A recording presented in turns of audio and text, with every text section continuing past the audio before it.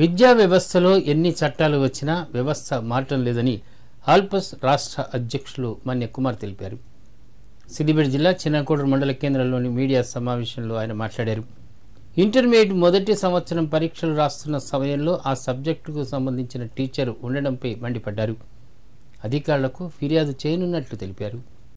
ఈరోజు English exam ఏదైతే నడుస్తూ ఉందో ఇంగ్లీష్ ఎగ్జామ్ సంబంధించి మేడం గారు కూడా ఇంగ్లీష్ సబ్జెక్ట్ బోధించే మేడం గారు కూడా ఇక్కడనే ఉండి పేపర్లన్నీ చూసుకుంటూ వాళ్ళకి సహాయ సహకారాలు అందిస్తూ ఉంది. ఇది పూర్తి స్థాయిలో ఇంటర్ విద్యా సంబంధించి ఏదైతే ఉందో ఇది పూర్తి నిబంధన వాళ్ళకి వ్యతిరేకం.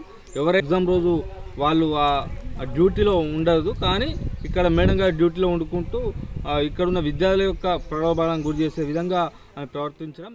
చిన్నకోడూరు మండల కేంద్రంలో ఉన్నటువంటి ప్రభుత్వ జూనియర్ కాలేజీలో ఇంగ్లీష్ టీచర్గా పనిచేస్తున్నటువంటి కవిత మేడం గారు మరి సబ్జెక్టు రోజు తను ఎగ్జామ్ సెంటర్లో ఉండాల్సినటువంటి అవసరం లేదు, ప్రభుత్వ ఉత్తర్వుల ప్రకారంగా ఇంటర్ బోర్డు నిబంధనల ప్రకారంగా ఏ సబ్జెక్టు టీచరో ఆ సబ్జెక్టు రోజు ఎగ్జామ్లో ఉండకూడదు అనేటువంటి నిబంధనలు ఉన్నప్పటికీ కూడా ఆమె వాటన్నిటిని కూడా పక్కకు పెట్టి ఈరోజు ఈ జూనియర్ కాలేజీలో ఎగ్జామ్ స్టార్ట్ అయినప్పటి నుంచి పూర్తి అయ్యేంత వరకు కూడా ఇదే కాలేజీలో ఉండడం జరిగింది.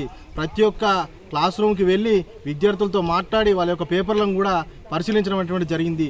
దీనిపైన స్థానికంగా ఉన్నటువంటి డిఐఈఓ గారికి అదేవిధంగా ఇంటర్మీడియట్ బోర్డు అధికారులకు కూడా మేము విద్యార్థి సంఘాలుగా ఏఐపిఎస్యు అదేవిధంగా ఎస్ఎఫ్ఐగా మేము వాళ్ళకి కంప్లైంట్ చేయడం జరిగింది. వెంటనే స్థానికంగా ఉన్నటువంటి డిఐఈఓ గారు ఇక్కడికి రావడం జరిగింది.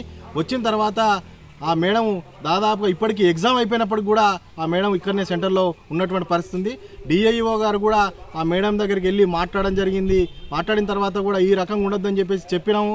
తర్వాత ఆమె పైన కూడా మేము వెంటనే యాక్షన్ తీసుకుంటాం, మా పై అధికారులకు కూడా మేము తెలియజేస్తామని చెప్పి ఆయన వివరణ ఇవ్వడం జరిగింది.